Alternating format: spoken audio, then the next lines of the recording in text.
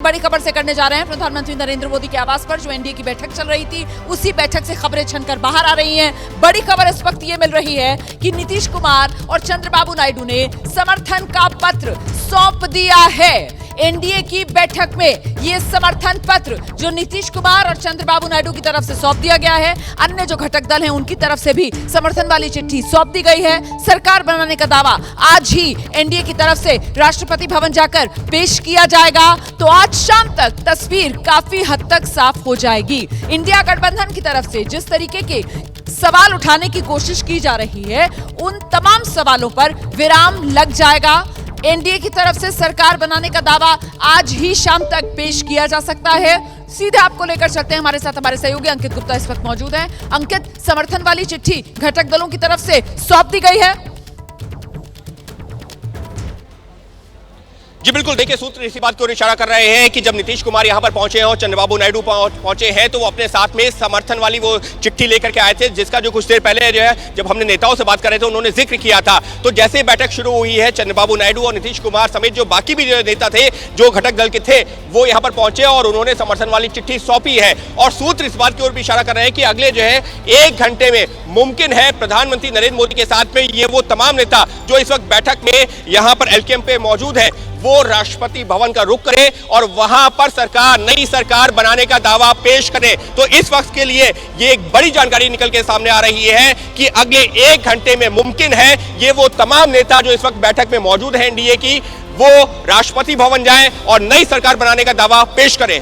जी बिल्कुल, देखिए बहुत मुमकिन है कि एक शो ऑफ यूनिटी एनडीए की तरफ से दिखाया जाए और इसी के मद्देनजर जो एनडीए के अलग अलग दलों के नेता हैं, वो सब एक साथ राष्ट्रपति भवन जाएं और वहां पर सरकार बनाने का दावा पेश किया जाए। इसी को लेकर और क्या अपडेट मिल रहा है, सीधे आपको लेकर चलते हैं। नीरज पांडे हमारे साथ मौजूद है। नीरज, करीब 50 मिनट बैठक शुरू हो चुकी है। ये प्रधानमंत्री आवास पर ही मैं भी हूं और सारे जो एनडीए घटक दल हैं उनके नेता भी प्रधानमंत्री आवास के अंदर है, जहां पर ये बैठक चल रही। माना जा रहा है कि इस बैठक के बाद एक दल है, प्रतिनिधिमंडल है, प्रधानमंत्री की अगुवाई में राष्ट्रपति भवन जाएगा और समर्थन पत्र, दावा पेश करने की चिट्ठी राष्ट्रपति को सौंपेगा। देखिए क्या होता है, आमतौर पर जब बैठक होती है तो बैठक के दौरान एक कॉमन लेटर बनता है और उस लेटर में सभी जो घटक दल हैं उनकी न सिर्फ उनका नाम लिखा जाता है, उनके साथ सांसदों की संख्या लिखी जाती है और बाकायदा उनके राष्ट्रीय अध्यक्षों का या उन जो लीडर होता है उसका साइन होता है और एक कॉमन लेटर राष्ट्रपति को सौंपा जाता है जो प्रधानमंत्री नरेंद्र मोदी की तरफ से होगा, यानी जो एनडीए का नेता होगा या एनडीए के जो चुना जाने वाला नेता उसकी तरफ से दिया जाता है। बाकी सब उसके साथ सहयोग के रूप में जाते हैं। तो ये तो एक प्रक्रिया है जो थोड़ी देर बाद हो सकती है, पूरी आज ही हो जाए, क्योंकि अभी फिलहाल बैठक चल रही है, बैठक के बाद ही ये सारी प्रक्रियाएं आगे की होगी। लेकिन एक बात बिल्कुल तय है, जो अभी तक खबर है कि एनडीए के कुनबे में किसी तरह का कोई कंफ्यूजन नहीं है। एनडीए के सारे घटक दल एक है और सारे घटक दलों ने बिल्कुल मन बना लिया है नरेंद्र मोदी जी के ही अगुवाई में आगे बढ़ना है। किसी प्रकार का कोई कंफ्यूजन नहीं है और थोड़ी देर बाद सारी तस्वीर साफ हो जाएगी। बिल्कुल, एनडीए के घटक दलों में किसी तरीके की कोई कंफ्यूजन है नहीं। प्रधानमंत्री नरेंद्र मोदी के नेतृत्व में ही आगे बढ़ना है, इसको लेकर सबने मन बना लिया है। वो समर्थन वाली चिट्ठी जो है वो नीतीश कुमार, चंद्रबाबू नायडू और अन्य जो एनडीए के सहयोगी हैं उनकी तरफ से सौंप दी गई है। लेकिन अब सवाल ये उठता है कि ये जो सहयोगियों की तरफ से चिट्ठी सौंप दी गई है, ठीक है आप एनडीए में शामिल थे, प्रकाश कुमार हमारे साथ यहाँ पर मौजूद है, उन्हीं से जरा जानते हैं, आप सहयोगियों में शामिल थे, आपके गठबंधन को नंबर मिला, अब सरकार आप बनाएंगे, लेकिन कुछ ना कुछ भूमिका अपने लिए, अपनी पार्टी के लिए भी सोच रहे होंगे। ऐसे में जेडीयू की नजर कहां होगी? देखिए, जेडीयू शुरू से आश्वस्त है, जब से नतीजे आए हैं, नंबर्स आए हैं, कि उनकी बड़ी भूमिका होने वाली है सरकार में। और आपने देखा होगा कि नीतीश कुमार के बारे में कि प्रधानमंत्री खुद फ़ोन कर रहे हैं, उनको बुला रहे हैं, राष्ट्रीय अध्यक्ष भी है, यह भी देखना होगा। तो उस नाते उनके पास बहुत सारी जिम्मेदारी। अभी तक सार्वजनिक मन से नीतीश कुमार ने मुबारकबाद नहीं दी वैसे। हाँ, ये बड़ी चौंकाने वाली बात है कि ना ही उन्होंने ट्वीट किया। इस बीच में 3-4 ट्वीट्स उनके आए हैं जो स्थानीय स्तर के हैं, राज्य स्तर के हैं, लेकिन उन्होंने प्रधानमंत्री को या एनडीए की जीत पर या सरकार बनाने जा रहे हैं ऐसा कोई ट्वीट नहीं किया है, ना ही उन्होंने प्रेस रिलीज जारी की है। तो जाहिर है कि थोड़ी शंका तो होती है आखिर नीतीश कुमार ऐसा कर क्यों रहे हैं, क्योंकि उनको पता होता है कि कब किस बारे में कहाँ पर प्रेस रिलीज जारी करना है, यहाँ तक कि छोटी छोटी घटनाओं पर भी वो प्रेस रिलीज जारी करते रहे। तो ऐसे में आशंकाएं ज़रूर रहती है, लेकिन ये बात तो तय है कि अभी जिस तरह से एक्टिविटीज़ हो रही हैं दिल्ली में प्रधानमंत्री मिल रहे हैं, एनडीए की बैठक हो रही है, राष्ट्रपति भवन जाने की तैयारी हो रही है, तो इससे स्पष्ट है कि नीतीश कुमार अभी सीधे चल रहे हैं, उसमें कहीं दाएं बाएं देखने की कहीं दाएं बाएं देखने की गुंजाइश नहीं है। और वैसे भी अब की बार जब नीतीश कुमार बीजेपी के साथ आए थे तो उन्होंने बाकायदा सार्वजनिक मंच से कहा था कि अब आ गए, अब कहीं नहीं जाएंगे, अब हम यहीं रहने वाले हैं। खैर, मैं जल्दी से आपको लेकर चलती हूँ, हमारे सहयोगी आशीष इस वक्त मौजूद है और जरा जानते हैं आशीष से, समर्थन वाली चिट्ठी सौंप दी गई है, चंद्रबाबू नायडू ने भी सौंप दी है, इंडिया के बाकी तमाम सहयोगियों ने सौंप दी है, लेकिन नायडू की नजर इस गठबंधन सरकार में कहाँ होगी? आशीष। जी देखिए रोमाना, मैं इस पे आपको इतिहास में लेके जाना चाहूँगा, पीछे लेके चलता हूँ। 1999 में अटल वाजपेयी की सरकार मेजॉरिटी मार्क से पीछे रह गई थी। चंद्रबाबू नायडू ने समर्थन दिया, कन्वीनर बने हुए थे। सारी बात लगातार चंद्रबाबू नायडू के आसपास के और बड़े टीडीपी के नेताओं से हो रही हैं। वो अलग अलग जो स्पेकुलेशंस हैं उनको स्पेकुलेशन करार देते हैं, लेकिन वो मना भी नहीं करते। क्या वो सरकार का हिस्सा होंगे, सरकार का हिस्सा नहीं होंगे, क्या उनको बड़े मंत्रालय चाहिए या उनको स्पीकर का पद चाहिए। लेकिन जाहिर तौर पे चंद्रबाबू नायडू ने सारे ऑप्शन खोल रखे हैं। पास्ट की बात करें तो चंद्रबाबू नायडू ने ये किया हुआ है। 1999 में वो सरकार को समर्थन तो दे रहे थे, लेकिन बाहर से दे रहे थे, तो चंद्रबाबू जाता और हार्ड बार्गेनर है। बार्गेनिंग करने में चंद्रबाबू नायडू की कोई शानी नहीं है। बार्गेनिंग करने में चंद्रबाबू नायडू की कोई शानी नहीं है। बीजेपी जानती है ये, और कैसे किस मुद्दे पर राजी करेगी चंद्रबाबू नायडू को। क्या सरकार का हिस्सा बनाने के लिए राजी करेगी या सरकार का बाहर से सपोर्ट दे रहे हैं तो क्या कंडीशन होंगे, इन सब मुद्दों पर बात एनडीए की मीटिंग में हो रही है। और हमारी लगातार जो टीडीपी के नेता यही बोल रहे हैं आशीष, और सिर्फ चंद्रबाबू नायडू ही नहीं बल्कि जितने एनडीए के साथी हैं सब अपने अपने क्षेत्रों के मंझे हुए सियासी खिलाड़ी हैं, और गठबंधन वाली जो राजनीति है उसका भी इन्हें जबरदस्त अनुभव है। और ऐसे में जल्दी से जो एक्सपर्ट पैनल यहाँ स्टूडियो में हमारे साथ मौजूद है, प्रदीप जी, अब मौका मिला है तो हार्ड बार्गेनर्स ये बनकर दिखाएंगे। देखिए, चंद्रबाबू नायडू और नीतीश कुमार दोनों बड़े प्रैग्मेटिक लीडर हैं। दोनों अलग अलग गठबंधनों में रह चुके हैं, दोनों बीजेपी के साथ काम कर चुके हैं। नीतीश कुमार बहुत लंबे समय से काम कर रहे हैं। चंद्रबाबू नायडू भी, जो अब आपके संवाददाता ने बताया, 99 में अटल बिहारी वाजपेयी की सरकार के समय साथ थे, 2004 में चुनाव हारने के बाद अलग हुए। दोनों की नज़र में पहली प्राथमिकता जो है वो अपने स्टेट का वेलफेयर। चंद्रबाबू नायडू को भी आप देखेंगे जब 99 से 2004 तक थे, और नीतीश कुमार को भी स्पेशल स्टेटस की मांग अपने स्टेट के लिए कर रहे हैं, विशेष पैकेज की मांग कर रहे हैं। क्या वो देने को नरेंद्र मोदी तैयार होंगे? इससे पहले तो वो तैयार नहीं हुए, कम से कम नीतीश कुमार के इन 10 सालों में तो दिया नहीं। लेकिन अब उनके सामने विकल्प नहीं है उनको जो है हाँ करने के अलावा।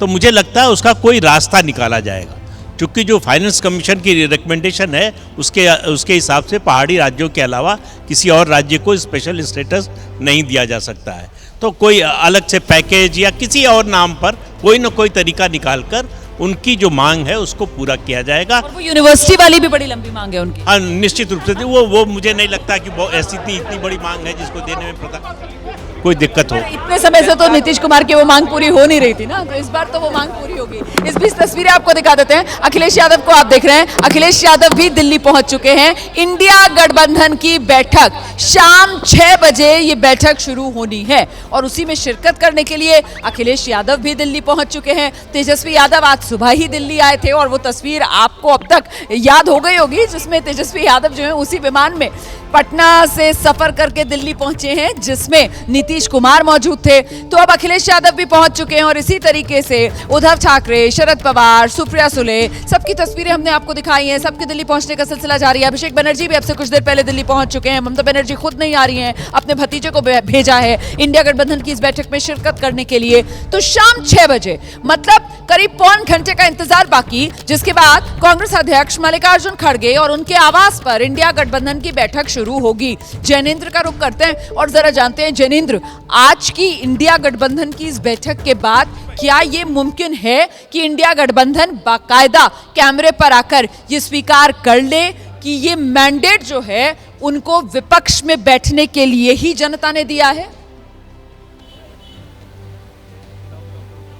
देखिए, स्वाभाविक तौर पर जैसा हम बता रहे हैं कि अब से कुछ देर में एनडीए की तरफ से सरकार बनाने का दावा पेश किया जाएगा और जाहिर सी बात है कि एनडीए को ये प्री इलेक्शन एक अलायंस है और इसको बहुमत मिला है। ऐसे में राष्ट्रपति की तरफ से उन्हें न्योता भी दिया जाएगा सरकार गठन का। इस रियलिटी को, इस सच्चाई से अवगत है इंडिया अलायंस और इसी वजह से वेट एंड वॉच की रणनीति बना रहा है। पर्दे के पीछे कुछ बातचीत हुई है, आज की बैठक में उस पर चर्चा होगी, तस्वीर स्पष्ट की जाएगी और एक फैसला लिया जाएगा कि क्या करना है। फिलहाल जो जानकारी छन कर आ रही है कि जो वस्तु स्थिति है कि प्रधानमंत्री मोदी एक बार फिर शपथ लेंगे, कहीं ना कहीं उसके लिए तैयार है इंडिया गठबंधन और ये कह सकता है कि ठीक है हम विपक्ष में बैठेंगे, लेकिन ये बता रहे हैं कांग्रेस पार्टी के आला सूत्र की कोशिश अंदर खाने जो है वो जारी रहेगी। भले ही सामने से ये कहा जाए कि सरकार मोदी बना रहे हैं हम विपक्ष में बैठेंगे, लेकिन अंदर खाने कोशिशें जो है वो जरूर जारी रहेगी और आज की बैठक में इसी बात को लेकर मंथन होना है और इसके बाद हम उम्मीद कर रहे हैं कि औपचारिक तौर पर इंडिया अलायंस ये बात कहे कि हमारे पास फिलहाल आंकड़ा नहीं है और हम विपक्ष में बैठेंगे। हालांकि अपनी तरफ से चंद्रबाबू नायडू को विशेष राज्य के दर्जे के तौर पर और नीतीश कुमार को प्रधानमंत्री पद के ऑफर तक पर मनाने की कोशिश जरूर की जाएगी। जी जैनेंद्र, एक सवाल है मेरा और वो सवाल ये कि अभी तक जो खबरें आ रही थी जैनेंद्र, उसमें ये सुनने के लिए मिल रहा था कि साहब इंडिया गठबंधन की तरफ से कोशिशें की जा रही हैं कि जो एनडीए के साथी हैं उन्हें किसी तरीके से अपने पाले में लिया जाए, लेकिन क्या इंडिया गठबंधन में भीतर इस बात को लेकर भी कहीं ना कहीं एक डर होगा कि हमारे घर में ही सेंधमारी ना हो जाए, कुछ हमारे इंडिया गठबंधन के साथी पाला बदल कर एनडीए में ना चले जाए? बिल्कुल, ये संभावना तो है ही और ऐसे में नजरें उद्धव ठाकरे पर भी रहेंगी कि क्या उद्धव ठाकरे अपना कुछ मन बदलते हैं। लेकिन देखिए, अगर नीतीश कुमार मन बदल सकते हैं तो दूसरी तरफ उद्धव ठाकरे एक ऐसे घटक है इंडिया अलायंस में जो पहले सहयोगी रहे हैं, बीजेपी के वैचारिक समानता है और राजनीतिक परिस्थिति बनती है तो हो सकता है कि वो दूसरी तरफ जाए। संभावनाएं सबके लिए खुली हुई हैं। डीएमके के तरफ से कल हमारे एक सहयोगी ने बीजेपी के एक नेता से बात की थी, उन्होंने तो डीएमके के लिए भी दरवाजा खुला रखा था। तो राजनीतिक संभावनाओं का खेल है, दोनों तरफ से कोशिशें जारी है। फिलहाल आंकड़ा एनडीए के पक्ष में है, वो सहजता से सरकार बना लेंगे, लेकिन अगर टीडीपी और नीतीश कुमार छिटकते हैं तो मौका इंडिया अलायंस के लिए भी है। इसीलिए इंडिया अलायंस ने अपने दरवाजे खुले हुए हैं, लेकिन वो सच्चाई से वो अवगत है, वेट एंड वॉच की रणनीति अपनाएंगे और ये तो सच है कि दूसरे के कुनबे में कहते हैं ना कि सत्ता जो है वो चुंबक वाला काम करती है, पावर अट्रैक्ट्स। ऐसे में खतरा तो बड़ा इंडिया गठबंधन के भीतर भी है कि कहीं साथी छोड़कर एनडीए में न चले जाएं। ये तो हमेशा होता रहा है और जो एनडीए में जो लोग हैं वो कांग्रेस गठबंधन में रहे हैं, कांग्रेस गठबंधन वाले लोग एनडीए में जाते रहे हैं। लेकिन असली बात यही है कि अभी तक पिछले 10 सालों में बीजेपी की एक मजबूत स्थिति थी, अपने बलबूते पर सरकार थी, वो डाइल्यूट हुई है इस नतीजे के बाद। ये मैंडेट जो है वो ये बता रहा है, तो इसलिए जो एनडीए में शामिल लोग हैं वो अपना मैक्सिमम फ्लैश हासिल करना चाहते हैं और बार्गेनिंग कर रहे हैं और इस तरह से मैसेज भी देने की कोशिश कर रहे हैं कि हमारे दरवाजे दूसरी तरफ भी खुले हुए। नहीं तो 10 साल का पिछला जो अनुभव बीजेपी का रहा है अपने दम पर सरकार चलाने का, क्या उसकी वजह से अब मुश्किल आएगी गठबंधन सरकार चलाने में? नहीं, मुझे लगता है कि दो अलग अलग मोड है। अभी तक जो स्ट्रॉन्ग मोड में सरकार चलाती रही है, अब उसको थोड़ा सा अपना मोड बदलना पड़ेगा, गियर बदलना पड़ेगा। और ये समाहार और नरेंद्र मोदी की ट्रेनिंग संघ की है, संघ इसमें बहुत दक्ष होता है कि कैसे समाहार करना है, कैसे मिलाना है, कैसे वो करना है निगोशिएशंस में। तो मुझे लगता है अब निगोशिएशंस का समय है और सबका कोई परिवार को इकट्ठा करना, कुल को बचा के रखना, एक एक जोड़ते जाना, किसी को अलग नहीं होने देना, साथ साथ दूसरे जो कर रहे हैं उसको काउंटर भी करना, क्योंकि इंडिया का गठबंधन इनको तोड़ना चाहेगी, उसको कैसे काउंटर करना है। और दूसरी समस्या और अपना कुनबा कैसे बढ़ाना है, और वो कुनबा तभी बढ़ेगा जब इंडिया गठबंधन के जो कुछ दल हैं वो अपने साथ ले लिए जाए। देखिए, सिर्फ 32 सांसद जो हैं वो कम है, 240 है। तो ये जो एनडीए गठबंधन के सहयोगी दल हैं उनको भी पता है कि 32 का आंकड़ा तो बहुत आसानी से आ सकता है, यानी भारतीय जनता पार्टी के साथ, और वो आंकड़ा इंडिया गठबंधन से भी आ सकता है, वो आंकड़ा आपके जो निर्दलीय जीते हुए अन्य वहाँ से भी आ सकता है, और सबसे महत्वपूर्ण जो है वो इंडिया गठबंधन से बाहर और अंदर। जैसे ममता बनर्जी, अभी वो इंडिया गठबंधन में हम गिन रहे लेकिन वो है नहीं। ममता बनर्जी और भारतीय जनता पार्टी सत्ता में साझेदार रह चुकी हैं। शरद पवार जी एनडीए के साथ आने में इसलिए बहुत होपफुली रहेंगे क्योंकि पहला कि जब विधानसभा का चुनाव हुआ था महाराष्ट्र का, तो उन्होंने कहा था कि हम भाजपा को बिना सर समर्थन देंगे, यानी अपनी इच्छा प्रकट किए थे। और आज उनके सामने सबसे बड़ा चैलेंज है बेटी को राजनीति में स्थापित करने का। तो वो एनडीए गठबंधन में आने से भारतीय जनता पार्टी के पास एक अच्छा ठौर उनको अपनी बेटी के लिए मिल जाएगा। बिल्कुल। और अगर उद्धव ठाकरे और शिवसेना की बात की जाए तो भाई वो तो बीजेपी के सबसे पुराने और नेशनल राय रहे हैं, उनको तो साथ लाने में ज्यादा कोई दिक्कत होनी नहीं चाहिए। देखिए एनडीए जो एक दबाव बनाने की कोशिश कर रहा है कि 300 पार का आंकड़ा कहीं से दिखाया जाए, ताकि जो साइकोलॉजिकल वॉर है उसमें कहीं ना कहीं 300 पार दिखाया जाए। तो उद्धव ठाकरे आएंगे तो 9 सीटें, लेकिन उद्धव ठाकरे के सामने चुनौतियां बहुत हैं। पहले तो अपनी पार्टी को वापस लाना, एकनाथ शिंदे का क्या होगा, अभी देवेंद्र फडणवीस ने इस्तीफे का ऑफर दे दिया, यानी महाराष्ट्र में अभी बहुत कुछ खेला होना बाकी है।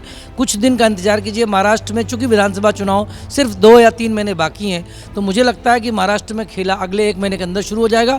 इतनी जल्दी उद्धव ठाकरे नहीं आएंगे, क्योंकि यदि जल्दी आएंगे तो जो सिंपत्ति उनको मिली है उसका भी उनको ध्यान रखना पड़ेगा, ऐसा ना हो कि जल्दबाजी में नुकसान कर जाए। ये बड़ी बात आप कह रहे हैं संदीप जी। मुझे लगता है जरा महाराष्ट्र का हम रुख करेंगे। हमारे साथ हमारे सहयोगी ग्रांट से वैभव परब इस वक्त मौजूद हैं और महाराष्ट्र की राजनीति को वो बेहतर तरीके से समझते हैं, ऐसे में वो बताएंगे। क्योंकि महाराष्ट्र के अंदर 24 चुनाव, देश का चुनाव तो खत्म, लेकिन महाराष्ट्र के लिए अभी चुनावी मोड से बाहर आना मुमकिन नहीं होगा।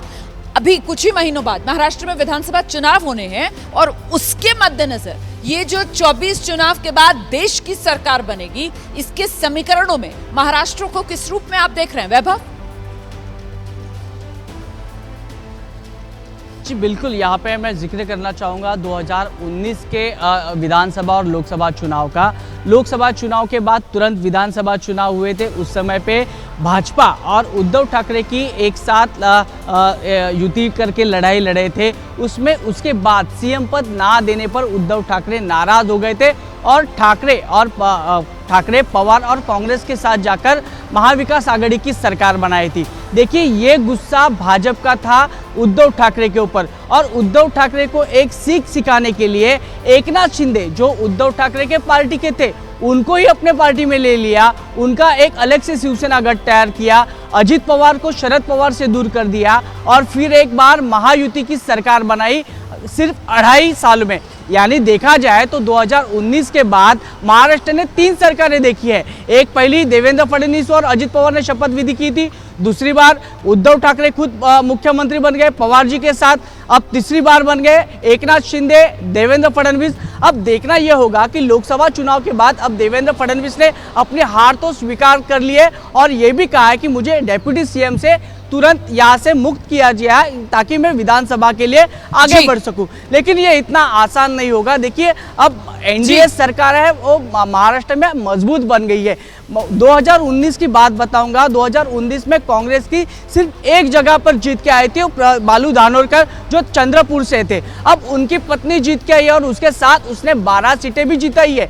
यानी भाजपा का स्कोर है करीबन 10 और कांग्रेस बढ़ गई है 13 पर, और साथ उनके कौन दे रहा है तो शरद पवार जिन्होंने 10 में से 7 सीटें जीती है। इस बार के 24 चुनाव में महाराष्ट्र की राजनीति के अंदर तो चुनावी राजनीति में सबसे बड़े बाजीगर के तौर पर कांग्रेस पार्टी उभर कर आई है और बीजेपी जो है वो सिंगल डिजिट में इस बार 48 लोकसभा सीटों में महाराष्ट्र की सिमट गई है। बस तो अब की बार एनडीए सरकार, लेकिन कैसी होगी गठबंधन सरकार, इसी को लेकर हम चर्चा कर रहे हैं। फिलहाल जल्दी से ग्राउंड पर अपडेट के लिए आपको लेकर चलते हैं। हमारी सहयोगी निधिश्री इस वक्त मौजूद हैं दिल्ली में, तेजस्वी यादव जहां पर मौजूद हैं उसी घर के बाहर, और जरा निधिश्री से जानते हैं तेजस्वी यादव कब तक निकलेंगे इंडिया गठबंधन की बैठक में शिरकत करने के लिए, मल्लिकार्जुन खड़गे के आवास के लिए निधि क्या अपडेट मिल रहा है और साथ में कौन होगा, क्या बहन मीसा भारती भी उनके साथ जाएंगी?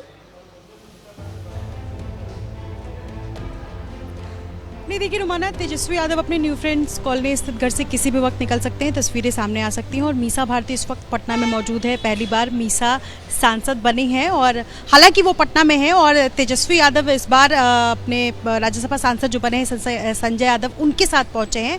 और हम बातचीत कर रहे थे कि किस तरीके से पार्टिसिपेंट्स के तौर पर ये जो इंडिया गठबंधन की जितनी पार्टीज़ है पार्टिसिपेंट्स के तौर पर सुनने के लिए मल्लिकार्जुन खड़गे के घर पर बैठक में क्या बातचीत होती है, इसमें एक सहभागी के तौर पर तेजस्वी यादव पहुंचे हैं और संभावनाएं कहां कहां तलाशी जा सकती हैं किस तरीके से, क्योंकि अभी भी आरजेडी को लग रहा है कि ये खिचड़ी को पकने में अभी टाइम लगेगा, वक्त लगेगा, इतनी जल्दीबाजी में सब कुछ नहीं आएगा, बिल्कुल जल्दीबाजी में फैसला भी नहीं हो सकता है। और ऐसे में उन संभावनाओं को कहां कहां से तलाशा जा सकता है इसकी एक कोशिश होगी।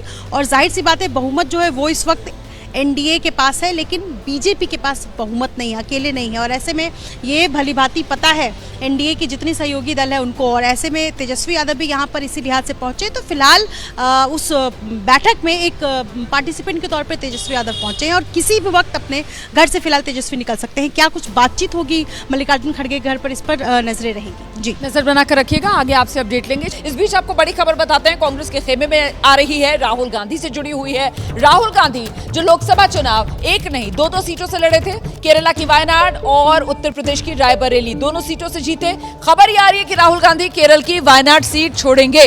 आप जानते हैं आज ही राहुल गांधी से किशोरीलाल शर्मा मिले, जिन्होंने राहुल गांधी को रायबरेली से जीत का सर्टिफिकेट सौंपा। और किशोरीलाल शर्मा की तरफ से बताया गया, उन्होंने साथ ही साथ राहुल गांधी से निवेदन भी किया कि रायबरेली की सीट पर वो बने रहें, जिसके जवाब में राहुल ने उनकी तरफ देखकर मुस्कुरा दिया था। और अब खबर ये कि रायबरेली सीट से सांसद बने रहेंगे राहुल गांधी, वायनाड सीट केरल की छोड़ देंगे राहुल गांधी। सीधे आपको लेकर चलेंगे, हमारे साथ हमारे सहयोगी आशीष सिंह इस वक्त मौजूद है। जरा जानते हैं आशीष से, कांग्रेस की रणनीति क्या है? वायनाड सीट राहुल छोड़ेंगे तो फिर अगला कैंडिडेट कौन जो वहां चुनाव मैदान में नजर आएगा? क्या गांधी परिवार की तरफ से प्रियंका गांधी वो चेहरा हो सकती हैं? आशीष, देखिए, पहले तो ये बड़ा सवाल आपने खड़ा कर दिया, इसका जवाब भी मुझे ढूंढना पड़ेगा रोमाना, लेकिन ये कम से कम तय हो गया है, जो हमें टॉप सोर्सेज बता रहे हैं कि जो सवाल सबके मन में था कि रायबरेली और माफ़ कीजिएगा वायनाड में से राहुल गांधी किस सीट को रखेंगे, तो ये अब तय है कि राहुल गांधी रायबरेली सीट को रखेंगे। उसकी दो मुख्य वजह है, एक वो उनकी माँ का अर्स्टवाइल कॉन्स्टिट्यूंसी जहाँ से उन्होंने चुनाव लड़ा, दूसरा जो गैप है, जो मार्जिन है, नंबर ऑफ वोट्स जो पोल हुए हैं वो वायनाड से ज़्यादा रायबरेली में, इसलिए उसको जस्टिफाई करने के लिए ये फैसला किया गया है। विक्ट्री मार्जिन रायबरेली में ज़्यादा बढ़ा। जी हाँ, बिल्कुल, इसी वजह से रायबरेली ये फैसला हो गया कि राहुल गांधी रायबरेली को रिटेन करेंगे। वायनाड से अब कौन जाता है ये देखना, ये बड़ा अच्छा है, ये सवाल भी आपका अच्छा है। देखना होगा कि प्रियंका गांधी वहाँ जाती हैं कि नहीं जाती हैं, या किसी और कैंडिडेट को। आधिकारिक ऐलान कांग्रेस पार्टी की तरफ से कर दिया गया या अभी कांग्रेस पार्टी ने ये फैसला ले लिया है और इसका ऐलान किया जाएगा? ये आपके कोलीग की एक्सक्लूसिव जानकारी है। तो ये बड़ी खबर और ये एक्सक्लूसिव न्यूज जो हमारे सहयोगी आशीष आपके लिए लेकर आए हैं। आशीष ये बता रहे हैं कि कांग्रेस पार्टी के भीतर मन बना लिया गया है और ये चुनने में कि साहब रायबरेली से ही राहुल गांधी सांसद रहेंगे, वायनाड छोड़ेंगे, उसमें सबसे बड़ी जो वजह बनी है वो विक्ट्री मार्जिन, क्योंकि रायबरेली में जीत का मार्जिन राहुल गांधी का ज्यादा बड़ा है। और इस बीच बड़ी खबर आ रही है, एनडीए की बैठक खत्म हो गई है। एनडीए की बैठक जो प्रधानमंत्री आवास पर चल रही थी, बैठक खत्म हो गई है। हमने आपको ये भी बताया कि इसी बैठक में सहयोगियों की तरफ से समर्थन वाली चिट्ठी सौंप दी गई है। और सीधे आपको लेकर चलेंगे, हमारे सहयोगी नीरज पांडे इस वक्त मौजूद हैं, जरा उन्हीं से जानते हैं जो कहा जा रहा था कि यहां से निकलकर राष्ट्रपति भवन का रुख कर सकते हैं एनडीए के नेता, आज ही सरकार बनाने का दावा पेश किया जा सकता है, उसको लेकर क्या खबर है? कब तक सरकार बनाने का दावा पेश किया जा सकता है एनडीए की तरफ से? नीरज, देखिए रोमाना, एक बात तो है कि एनडीए की बैठक अभी खत्म हो गई है। नीतीश कुमार, राजनाथ सिंह, गृह मंत्री अमित शाह, ये तीन लोगों की गाड़ी अभी जस्ट प्रधानमंत्री आवास से निकली है। ये मान लीजिए कि एक बड़ी खबर यही है कि एनडीए की बैठक खत्म हो गई। राष्ट्रपति भवन कितने बजे जाएंगे ये अभी आधिकारिक सूचना सामने नहीं आई है, लेकिन ये माना जा रहा है किसी भी समय ये लोग राष्ट्रपति भवन जा सकते हैं। मुझे ऐसा लगता है कि अगले कुछ मिनट में ये कंफर्म हो जाएगा कि राष्ट्रपति भवन से कितने बजे का समय प्रधानमंत्री को मिला है, कितने बजे एनडीए का जो प्रतिनिधिमंडल है वो राष्ट्रपति भवन जाएगा। लेकिन अभी फिलहाल की जो खबर है सबसे बड़ी वो यही है कि एनडीए की बैठक खत्म हो गई है। बारी बारी से नेता प्रधानमंत्री आवास से निकलना शुरू हो चुके हैं। जी रोमाना, जानकारी दे रहे हैं हमारे सहयोगी नीरज पांडे, बता रहे हैं कि राजनाथ सिंह, अमित शाह, नीतीश कुमार प्रधानमंत्री आवास से बाहर निकल गए हैं और एनडीए की बैठक खत्म हो गई है। समर्थन वाली चिट्ठी जो है वो इस बैठक में सौंप दी गई है और अभी तस्वीर साफ नहीं है कि राष्ट्रपति भवन कब जाएंगे ये नेता सरकार बनाने का दावा पेश करने के लिए एनडीए की तरफ से। लेकिन अभी भी संभावना इसी बात को लेकर जताई जा रही है नीरज पांडे कि आज ही किसी समय राष्ट्रपति भवन से समय लेकर जो राष्ट्रपति महोदय हैं उन्हें सरकार बनाने का दावा उनके सामने पेश कर दिया जाएगा एनडीए की तरफ से आज ही शाम में।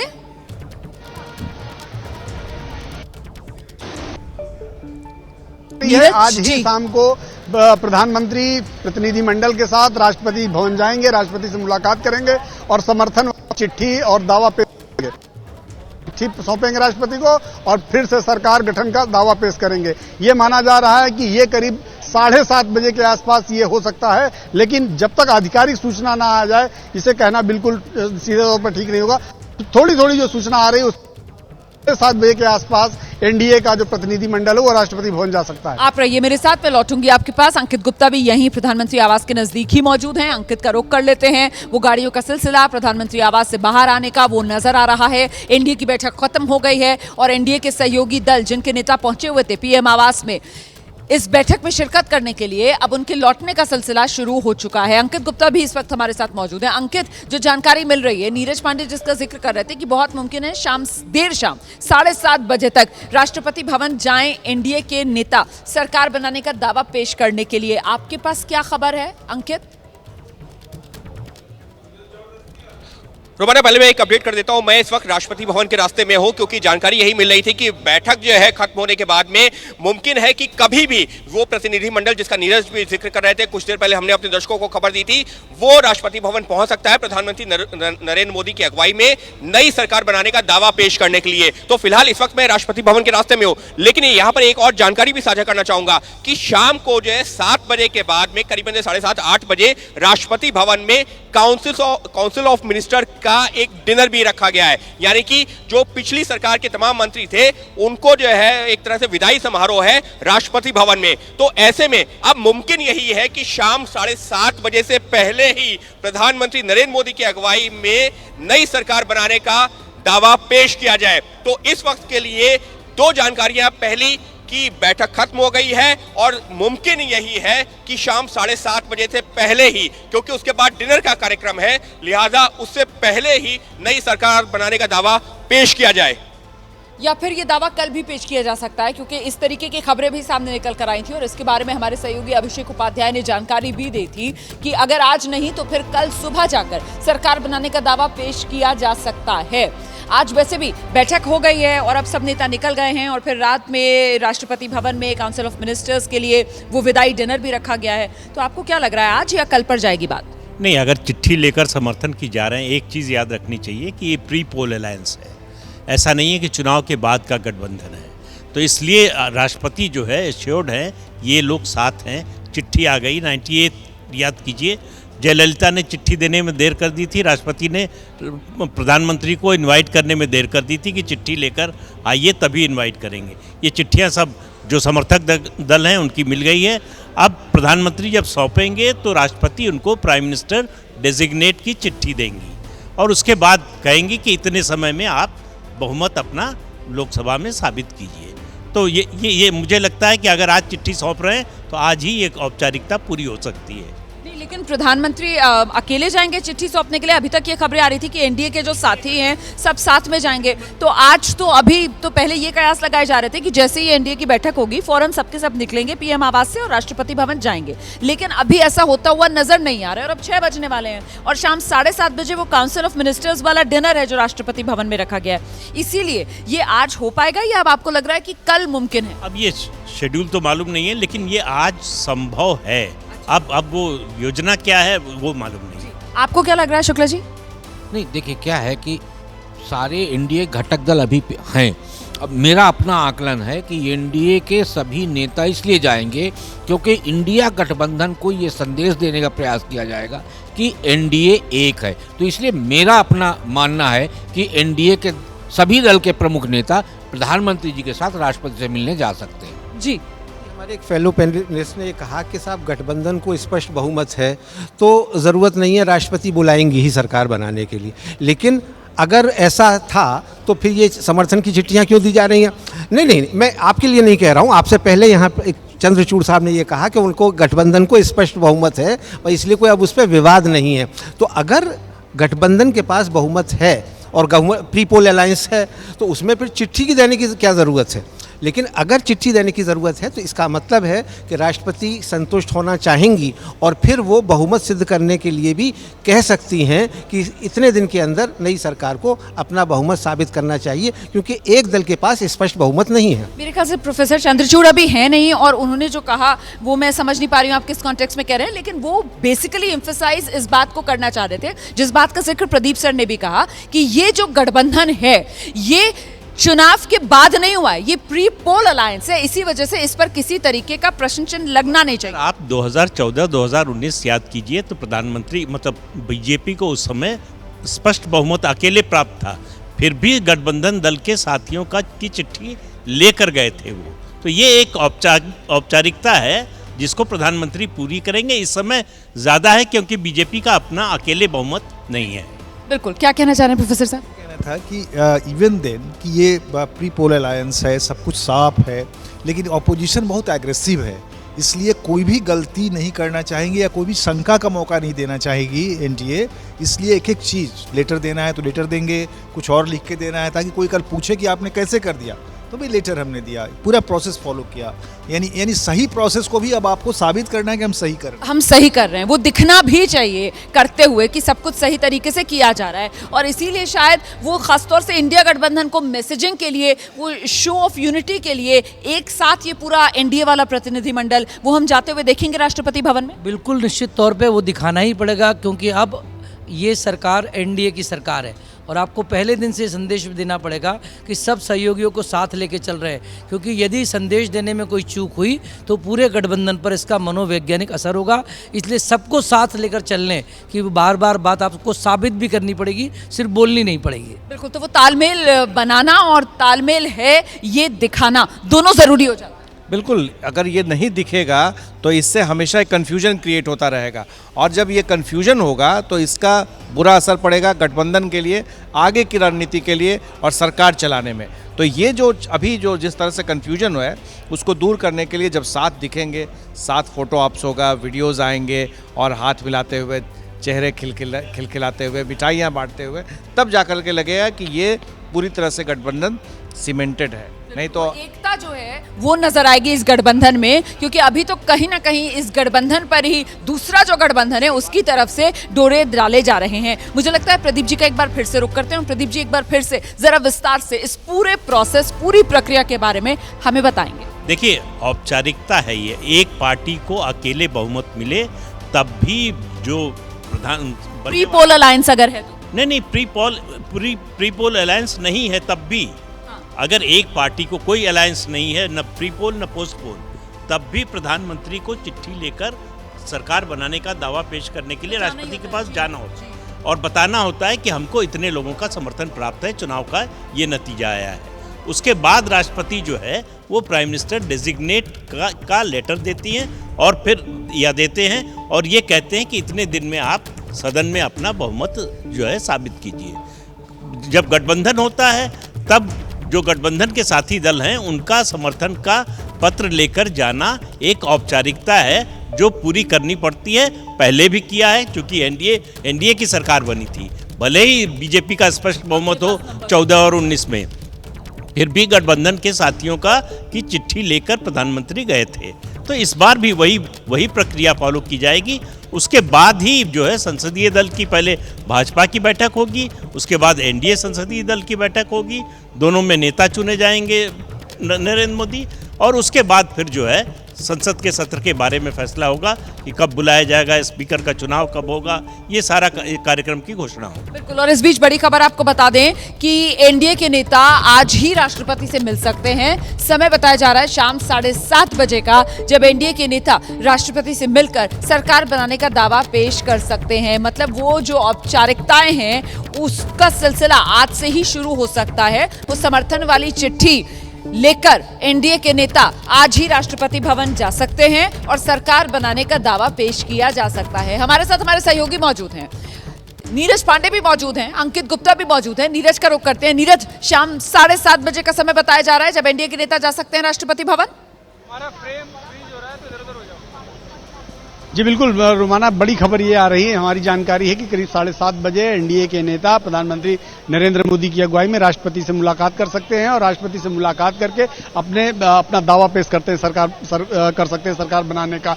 समर्थन वाली चिट्ठी भी उस समय राष्ट्रपति को सौंप दी जाएगी और प्रधानमंत्री नरेंद्र मोदी के पास क्या आंकड़े हैं, यानी कितने सांसद हैं, किस दल के कितने सांसद हैं, उस पूरे ब्यौरे के साथ दावा पेश करेंगे राष्ट्रपति से मुलाकात करके। अब की सबसे बड़ी खबर यही है, करीब 7:30 बजे प्रधानमंत्री जाएंगे राष्ट्रपति भवन। जी चलिए, तो आप नजर बनाकर रखिएगा और जैसे ही वो तस्वीरें आना शुरू होंगी एक बार फिर से दर्शकों को लिए चलेंगे हम। फिलहाल प्रोफेसर बद्री, मैं आपसे जानना चाह रही हूँ कि इस बार ये जो गठबंधन सरकार बनेगी, आपको क्या लगता है इसकी जो खासियत है वो क्या रहने वाली है? देखिए, ये जो गठबंधन सरकार होगी ये बहुत समाहारी होगी, समाहारी होगी, लोगों को सेंसिटिव होगी, लोगों का ध्यान रखेगी। ये लोगों का मतलब अपने पार्टनर्स का। पहले क्या था, ओवर कॉन्फिडेंस था बीजेपी में, क्योंकि वो खुद ही बहुत बड़ी बहुमत में थी। अब उनको हर चीज़ का ध्यान रखना पड़ेगा, सबको मिला जुला के चलना पड़ेगा।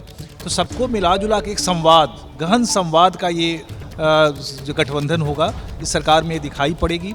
और दूसरी जो समस्या होगी इसमें वो होगी कि पीएम मोदी जिस तरह के निर्णय लेने के आदी हैं, क्या वो निर्णय ले पाने की स्थिति में रहेंगे, ये समस्या आ सकती है।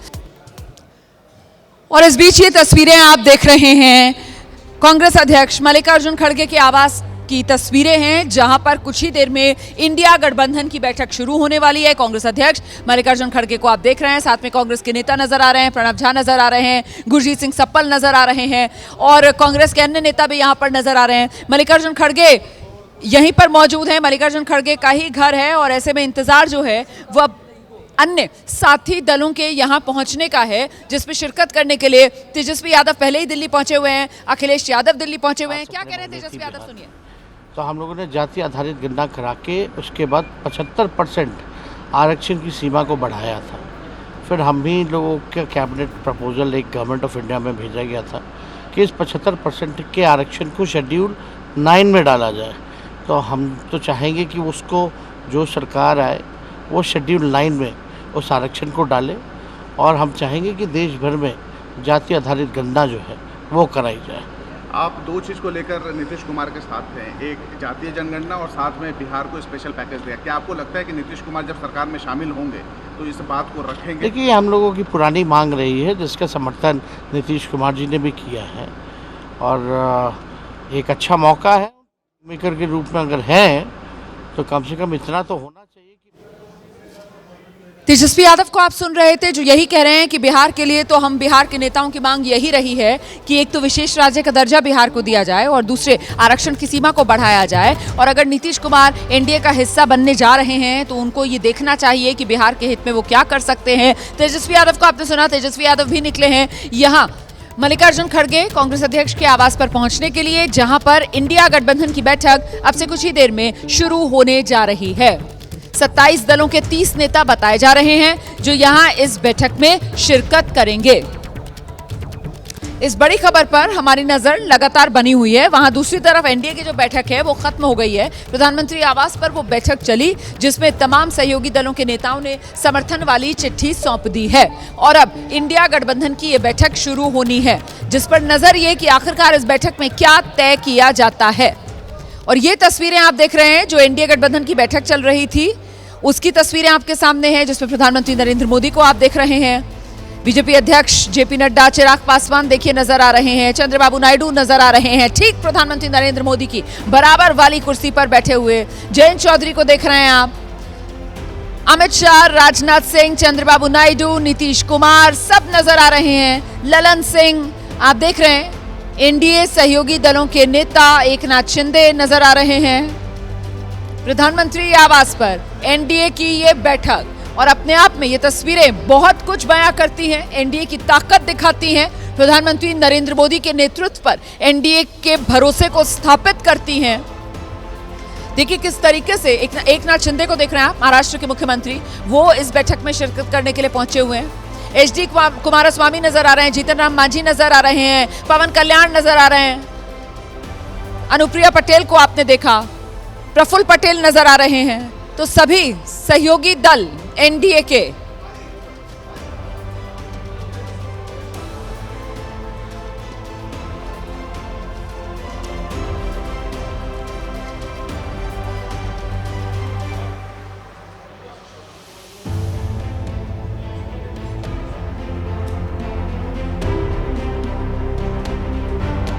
तो ये तस्वीरें आपके सामने हैं। देखिए, इन तस्वीरों में आप देख रहे हैं जो प्रधानमंत्री आवास पर एनडीए की बैठक हुई है, वही तस्वीरें मैं आपको दिखा रही हूँ। प्रधानमंत्री नरेंद्र मोदी आपको नजर आ रहे हैं, चिराग पासवान को आप देख रहे हैं, चंद्रबाबू नायडू को आप देख रहे हैं, ठीक प्रधानमंत्री नरेंद्र मोदी की बराबर वाली कुर्सी पर बैठे हुए आप देख रहे हैं। यहाँ पर संजय झा भी नजर आए हैं और ये जयंत चौधरी को आपने देखा। ये देखिए तस्वीरें, तो ये चंद्रबाबू नायडू बैठे हुए हैं, नीतीश कुमार बैठे हुए हैं, ललन सिंह देखिए पहुंचे हैं नीतीश कुमार के साथ। वहीं प्रफुल्ल पटेल, अनुप्रिया पटेल को आपने देखा, वो इस बैठक में, एनडीए की बैठक में शिरकत कर रहे हैं। प्रधानमंत्री नरेंद्र मोदी सबसे संवाद करते हुए, चिराग पासवान की तस्वीर आपके सामने है, चंद्रबाबू नायडू को आप देख रहे हैं इन तस्वीरों में। ये देखिए आप, संजय झा नजर आ रहे हैं इसमें, जयंत चौधरी यहाँ पर नजर आ रहे हैं। प्रधानमंत्री नरेंद्र मोदी की आत्मीयता से सबसे संवाद करते हुए नजर आ रहे हैं। नीतीश कुमार बैठे हुए हैं यहाँ पर, एकनाथ शिंदे महाराष्ट्र के मुख्यमंत्री यहाँ पर नजर आ रहे हैं, वो भी इस बैठक में शिरकत करने के लिए पहुंचे हैं। आप एचडी कुमारस्वामी, जीतन राम मांझी, पवन कल्याण, अनुप्रिया पटेल सबको देख रहे हैं। तो ये एनडीए के साथी, एनडीए के सहयोगी, बैठक हो गई है एनडीए की, समर्थन वाली चिट्ठी सौंप दी गई है यहाँ पर।